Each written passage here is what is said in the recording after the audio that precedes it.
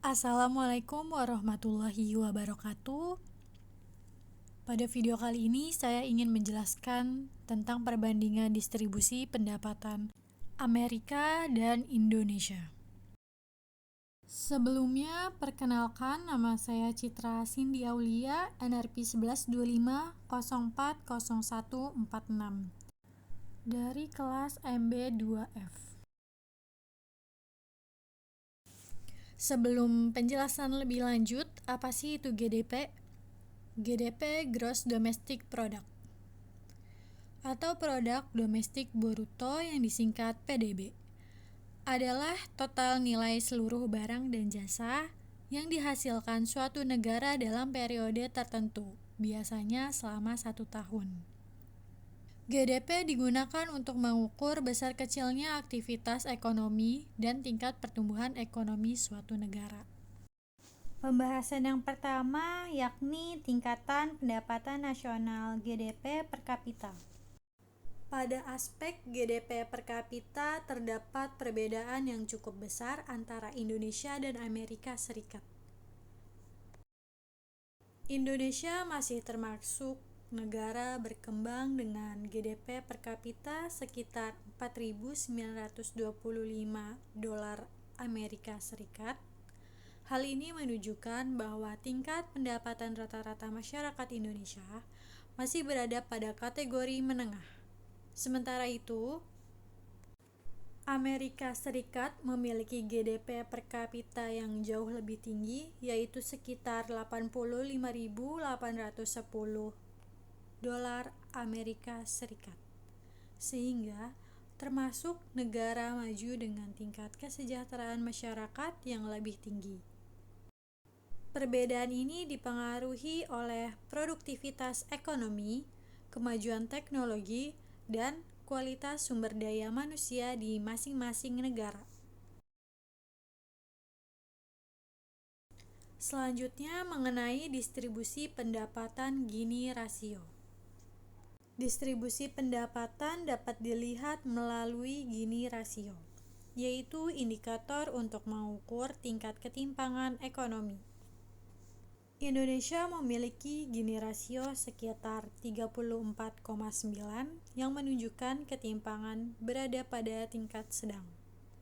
Sedangkan Amerika Serikat memiliki angka sekitar 41,8 yang berarti ketimpangan pendapatannya lebih tinggi dibanding Indonesia. Dari data ini dapat disimpulkan bahwa meskipun Amerika memiliki pendapatan nasional yang besar, distribusi pendapatannya belum sepenuhnya merata. Yang ketiga, struktur ekonomi. Struktur ekonomi Indonesia masih dipengaruhi oleh sektor primer seperti pertanian dan pertambangan, walaupun sektor industri dan jasa mulai berkembang pesat. Berbeda dengan Amerika Serikat yang ekonominya lebih didominasi oleh sektor jasa seperti teknologi, kesehatan, pendidikan, dan keuangan. Hal ini menunjukkan bahwa Amerika telah mencapai tahap ekonomi modern, sedangkan Indonesia masih berada dalam proses transformasi menuju ekonomi industri dan jasa. Lalu tingkat kemiskinan. Walaupun perekonomian Indonesia terus berkembang, tingkat kemiskinan masih berada pada kisaran 9-10%. Sementara di Amerika Serikat tingkat kemiskinan berada di kisaran 11-12%. Data ini menunjukkan bahwa negara maju pun masih menghadapi masalah kemiskinan akibat ketimpangan sosial dan distribusi pendapatan yang belum merata. Oleh karena itu, besarnya pendapatan nasional tidak selalu menjamin rendahnya angka kemiskinan. Yang terakhir, peran pemerintah dalam redistribusi pendapatan. Pemerintah memiliki peran penting dalam mengurangi ketimpangan pendapatan melalui kebijakan redistribusi.